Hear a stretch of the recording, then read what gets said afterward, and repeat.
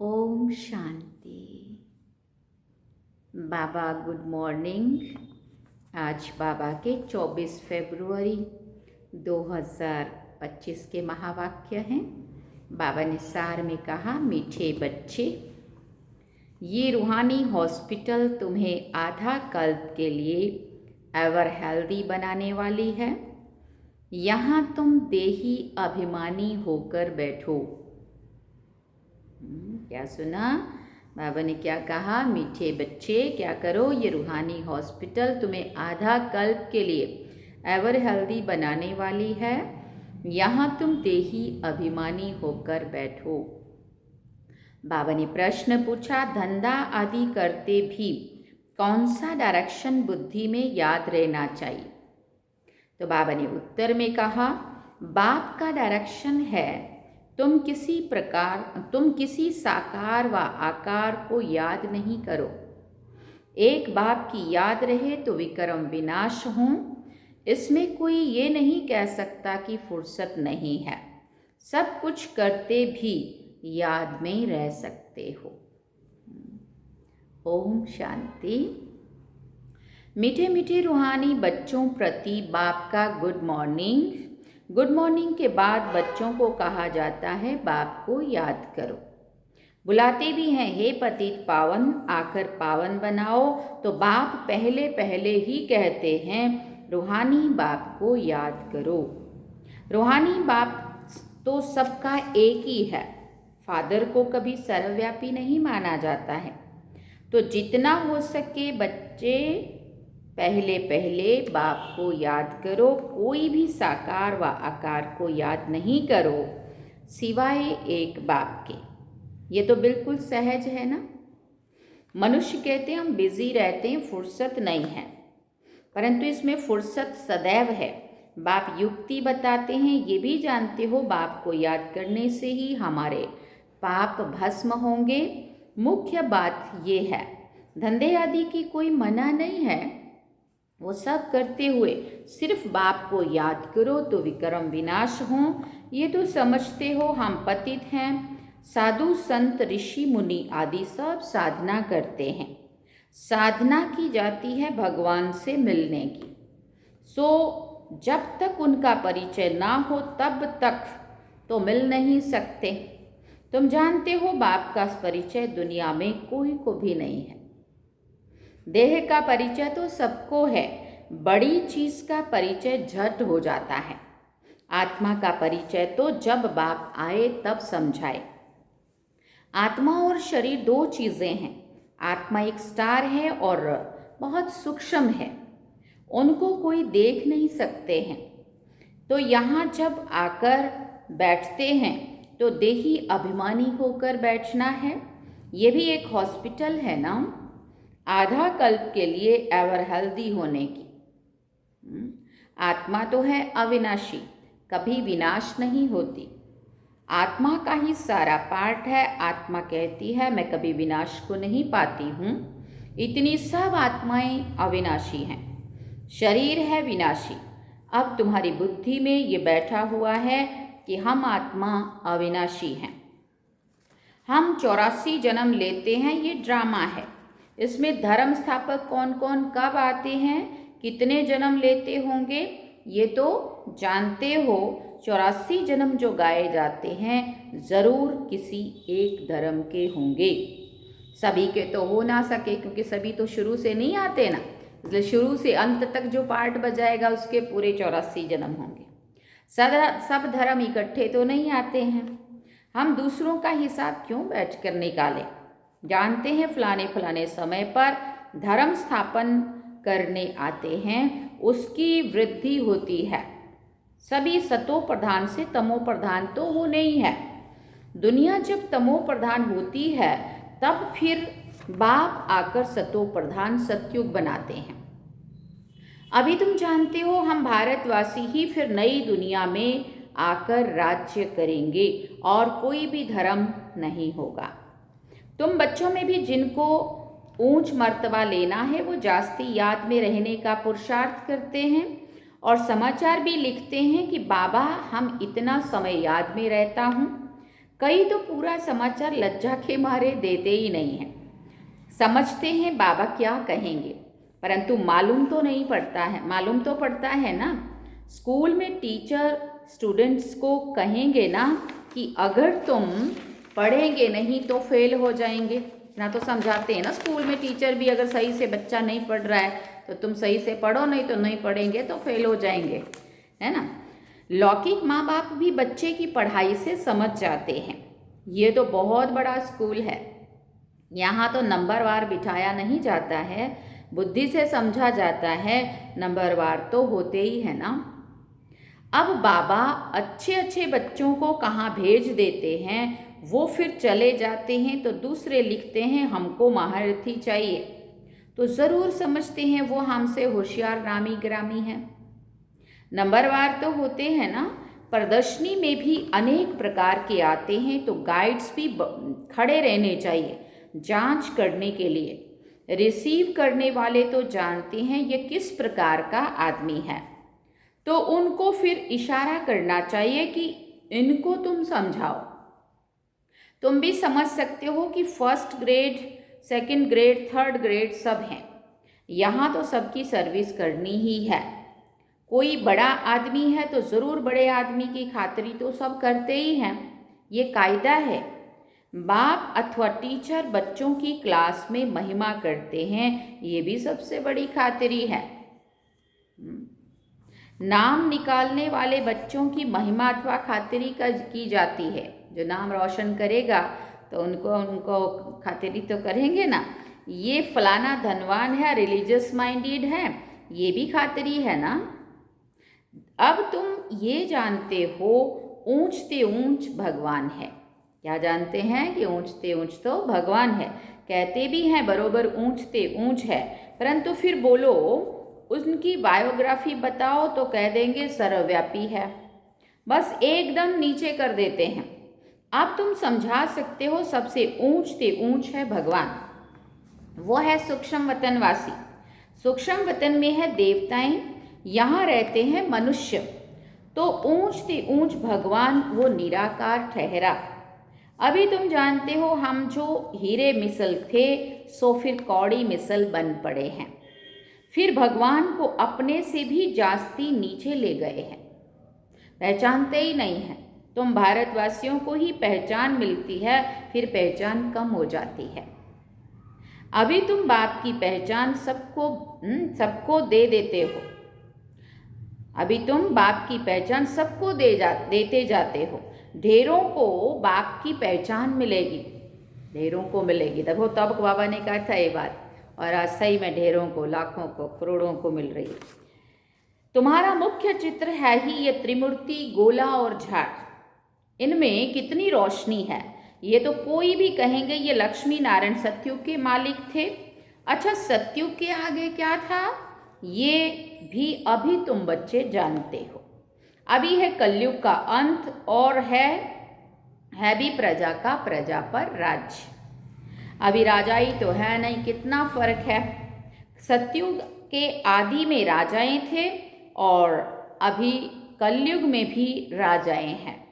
भले कोई वो पावन नहीं है, परंतु कोई पैसा देकर भी टाइटल ले लेते हैं। महाराजा तो कोई है नहीं, टाइटल खरीद लेते हैं।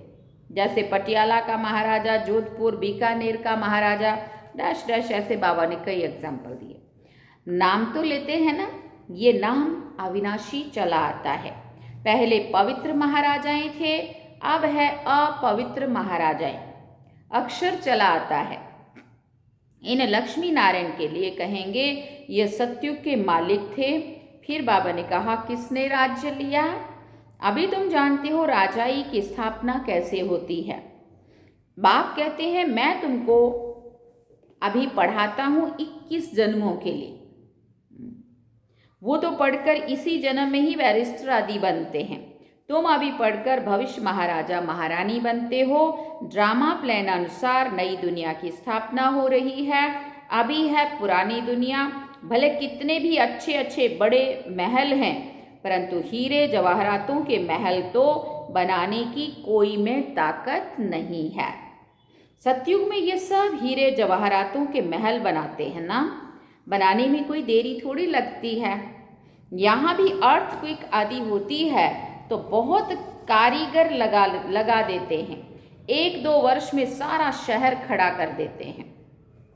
नई दिल्ली बनाने में करके 8-10 वर्ष लगे, परंतु यहाँ के लेबर और वहाँ के लेबर्स में भी फर्क रहता है ना। आजकल तो नई नई इन्वेंशन भी बहुत निकालते रहते हैं। मकान बनाने की साइंस का भी जोर है, सब कुछ तैयार मिलता है, झट फ्लैट तैयार, बहुत जल्दी जल्दी बनते हैं। तो ये सब वहाँ काम में तो आते हैं ना, ये सब साथ चलने हैं। संस्कार तो रहते हैं ना, ये साइंस के संस्कार भी साथ चलेंगे। तो अब बाप बच्चों को समझाते रहते हैं, पावन बनना है तो बाप को क्या करो, बाप को याद करो। बाप भी गुड मॉर्निंग कर फिर शिक्षा देते हैं, बच्चे बाप की याद में बैठे हो। बाबा पूछते हैं, बच्चे बाप की याद में बैठे हो, चलते फिरते बाप को याद करो, क्योंकि जन्म जन्मांतर का सिर पर बोझा है। सीढ़ी उतरते उतरते 84 जन्म लेते हैं, अभी फिर एक जन्म में चढ़ती कला होती है। जितना बाप को याद करते रहेंगे उतना खुशी भी होगी, ताकत भी मिलेगी। बहुत बच्चे हैं जिनको आगे नंबर में रखा जाता है, परंतु याद में बिल्कुल नहीं रहते हैं। भले ज्ञान में तीखे हैं, परंतु याद की यात्रा नहीं है। बाप तो बच्चों की महिमा करते हैं, ये भी नंबर 1 में है तो ज़रूर मेहनत भी करते होंगे ना। तुम हमेशा समझो शिव बाबा समझाते हैं तो बुद्धि योग वहाँ लगा रहेगा, ये भी सीखता तो होगा ना। फिर भी कहते हैं बाबा को याद करो। किसी को भी समझाने के लिए चित्र है, भगवान कहा ही जाता है निराकार को, वो आकर शरीर धारण करते हैं। एक भगवान के बच्चे सब आत्माएं भाई भाई हैं, अभी इस शरीर में विराजमान है। सभी अकाल मूर्त हैं, ये अकाल मूर्त आत्मा का तख्त है। भ्रिकुटी क्या है? अकाल मूर्त आत्मा का तख्त। भ्रिकुटी के बीच में आत्मा विराजमान होती है, इसको कहा जाता है अकाल तख्त। अकाल तख्त अकाल मूर्त का, आत्माएं सब अकाल हैं, कितनी अति सूक्ष्म है। बाप तो है निराकार, वो अपना तख्त कहाँ से लाए? बाप कहते हैं मेरा भी ये तख्त है, मैं आकर इस तख्त का लोन लेता हूँ। किस तख्त का? हाँ, ब्रह्मा बाबा के इस तख्त का लोन लेता हूँ। ब्रह्मा बाबा के साधारण बूढ़े तन में आकर अकाल तख्त पर आकर बैठता हूँ। अभी तुम जान गए हो, हम सब जान गए हो, सब आत्माओं का ये तख्त है। मनुष्यों की ही बात की जाती है, जानवरों की तो बात ही नहीं है। पहले जो मनुष्य जानवर से भी बदतर हो गए हैं वो तो सुधरे। क्या सुना? हाँ, जानवरों की बात करते, बाबा ने कहा तुम सुधर जाएंगे ना। मनुष्य आत्माएं सुधर गई तो पशु पक्षी माना वो भी जीव जंतु भी सत्व प्रधान बनेंगे, वो भी हिंसक नहीं रहेंगे, वो भी तकलीफ देने वाले नहीं होंगे, और प्रकृति भी ठीक हो जाए। उनको ठीक करने की जरूरत नहीं है, वो तो मनुष्य पतित बना, मनुष्य खूंखार हुआ तो उसका प्रभाव उनके ऊपर पड़ा। तो बाबा कहते तुम तो सुधरो। कोई जानवर की बात पूछे, बोलो पहले अपना तो सुधार करो। सतयुग में तो जानवर भी बड़े अच्छे फर्स्ट क्लास होंगे, कीचड़ा आदि कुछ भी नहीं होगा। किंग के महल में कबूतर आदि का कीचड़ा तो हो तो दंड डाल दे, जरा भी कीचड़ा नहीं। बड़ी खबरदारी रहती है, पहरे पर रहते हैं, कोई भी जानवर आदि अंदर घुस ना सके। बड़ी सफाई रहती है। लक्ष्मी नारायण के मंदिर में भी कितनी सफाई रहती है। शंकर पार्वती के मंदिर में कबूतर भी दिखाते हैं तो ज़रूर मंदिर को भी खराब करते होंगे। शास्त्रों में तो बहुत दंत कथाएं लिख दी है। अभी बाप बच्चों को समझाते हैं, उनमें भी थोड़े हैं जो धारणा कर सकते हैं, बाकी तो कुछ भी नहीं समझते हैं। बाप बच्चों को कितना प्यार से समझाते हैं। बच्चे क्या समझाते हैं बाबा? बच्चे बहुत बहुत मीठा बनो, मुख से सदैव रत्न निकलते रहें। तुम हो रूप वसंत, तुम्हारे मुख से पत्थर नहीं निकलने चाहिए। आत्मा की ही महिमा होती है, आत्मा कहती है मैं प्रेसिडेंट हूँ, फलाना हूँ, मेरे शरीर का नाम ये है। अच्छा, आत्माएं किसके बच्चे हैं? एक परमात्मा के। तो ज़रूर उनसे वर्षा मिलता होगा। वो फिर सर्वव्यापी कैसे हो सकता है? तुम समझते हो हम भी पहले कुछ नहीं जानते थे, अभी कितनी बुद्धि खुली है। तुम कोई भी मंदिर में जाएंगे समझेंगे ये तो झूठे चित्र हैं। 10 भुजाओं वाला हाथी की सूंड वाला कोई चित्र होता है क्या? ये सब है भक्ति मार्ग की सामग्री। वास्तव में भक्ति होनी चाहिए एक शिव बाबा की, जो सबका सद्गति दाता है। तुम्हारी बुद्धि में है ये लक्ष्मी नारायण भी 84 जन्म लेते हैं, फिर ऊंचते ऊंच बाप ही आकर सबको सद्गति देते हैं। उनसे बड़ा कोई है नहीं। ये ज्ञान की बातें तुम्हारे में भी नंबरवार धारण कर सकते हैं। धारणा नहीं कर सकते तो बाकी क्या काम के रहे। कई तो अंधों की लाठी बनने के बदले अंधे बन जाते हैं। गऊ जो दूध नहीं देती है उसे पिंजरपुर में रखते हैं, ये भी ज्ञान का दूध नहीं दे सकते। बहुत हैं जो कुछ पुरुषार्थ नहीं करते हैं, समझते ही नहीं है कि हम कुछ तो किसी का कल्याण करें। अपनी तकदीर का ख्याल ही नहीं रहता है, बस जो कुछ मिला सो अच्छा। तो बाप कहेंगे इनकी तकदीर में नहीं है, अपनी सद्गति करने का पुरुषार्थ तो करना चाहिए ना।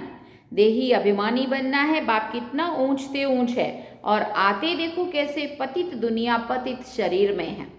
उनको बुलाते ही पतित दुनिया में है। जब रावण दुख देते हैं तो बिल्कुल ही भ्रष्ट कर देते हैं, तब बाप आकर श्रेष्ठ बनाते हैं। जो अच्छा पुरुषार्थ करते हैं वो राजा रानी बन जाते हैं, जो पुरुषार्थ नहीं करते वो गरीब बन जाते हैं। तकदीर में नहीं है तो तदबीर क्या कर सकते हैं? तो तदबीर नहीं कर सकते हैं। कोई तो बहुत अच्छी तकदीर बना लेते हैं। हर एक अपने को देख सकते हैं कि हम क्या सर्विस करते हैं।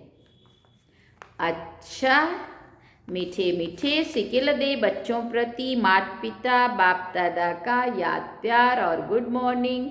रूहानी बाप की रूहानी बच्चों को नमस्ते। हम रूहानी बच्चों की रूहानी माता पिता बाप दादा को दिलवा जान से व प्रेम से याद प्यार गुड मॉर्निंग नमस्ते। थैंक यू बाबा, शुक्रिया बाबा। धारणा के लिए मुख्य सार है। पहला पॉइंट, रूप वसंत बन मुख से सदैव रत्न निकालने हैं। बहुत बहुत मीठा बनना है, कभी भी पत्थर या कटु वचन नहीं निकालना है। दूसरी बात, ज्ञान और योग में तीखा बन अपना और दूसरों का कल्याण करना है। अपनी ऊंच तकदीर बनाने का पुरुषार्थ करना है, अंधों की लाठी बनना है। वरदान में बाबा ने कहा, संतुष्टता द्वारा सर्व से प्रशंसा प्राप्त करने वाले सदा प्रसन्न चित्त भव। संतुष्टता द्वारा सर्व से प्रशंसा प्राप्त करने वाले सदा प्रसन्न चित्त भव। संतुष्टता की निशानी प्रत्यक्ष रूप में प्रसन्नता दिखाई देगी, और जो सदा संतुष्ट व प्रसन्न रहते हैं उनकी हर एक प्रशंसा अवश्य करते हैं। तो प्रशंसा प्रसन्नता से ही प्राप्त कर सकते हो, इसलिए सदा संतुष्ट और प्रसन्न रहने का विशेष वरदान स्वयं भी लो और औरों को भी दो, क्योंकि इस यज्ञ की अंतिम आहुति सर्व ब्राह्मणों की सदा प्रसन्नता है। जब सभी सदा प्रसन्न रहेंगे तब प्रत्यक्षता का आवाज गूंजेगा, अर्थात विजय का झंडा लहराएगा। स्लोगन में बाबा ने कहा, डायमंड बन। डायमंड बनने का मैसेज देना ही डायमंड जुबली मनाना है।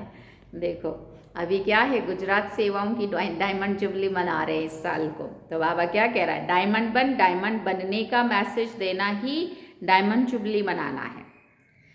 साल डायमंड बना लेना बहुत बड़ी बात नहीं, लेकिन डायमंड बनकर बेदाग खुद को बना लो और बेदाग बनने का दूसरों को संदेश दो, तभी सच्चे डायमंड जुबली होगी। अच्छा, ओम शांति। अव्यक्त इशारे में बाबा ने कहा, एकांत प्रिय बनो, एकता और एकाग्रता को अपनाओ। एकांतवासी बनना अर्थात चारों ओर के वाइब्रेशन से परे चले जाना। कई ऐसे होते हैं जिन्हें एकांत पसंद नहीं आता है। संगठन में रहना, हंसना, बोलना ज़्यादा पसंद आता है, लेकिन ये हुआ बाह्य मुक्ता में आना। अभी अपने को एकांतवासी बनाओ अर्थात सर्व आकर्षणों के वाइब्रेशन से अंतर्मुख बनो। अब समय ऐसा आ रहा है जो यही अभ्यास काम में आएगा। अगर बाहर की आकर्षण के वशीभूत होने का अभ्यास होगा तो समय पर धोखा दे देगा। ओम शांति। सार में बाबा ने कहा, मीठे बच्चे, ये रूहानी हॉस्पिटल तुम्हें आधा कल्प के लिए एवर हेल्दी बनाने वाली है। यहाँ तुम देही अभिमानी होकर बैठो। ओम शांति। तो ये थे बाबा के आज के महावाक्य जो हम सभी ने सुने। अब हम चलते हैं बाबा की याद में। चलिए।